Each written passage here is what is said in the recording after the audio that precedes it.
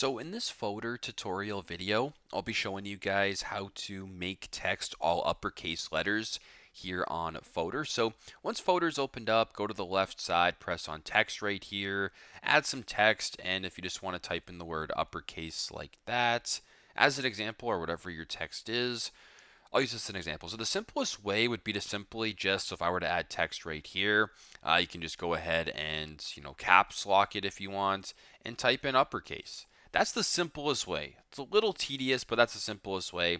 If you want to go ahead and let's say you have a bunch of text written out, but you want to make it all uppercase at the end, press on the text right here, go to the top to where there's these two A's, press on uppercase right here or Command K on a Mac. Then all of a sudden your text is all uppercase. If you want to make it lowercase, you can do the exact same thing and it brings it back to default. So very simple, very straightforward. That's how you guys can make text all uppercase letters here on Fotor. Thanks again for watching. And I'll see you in the next one.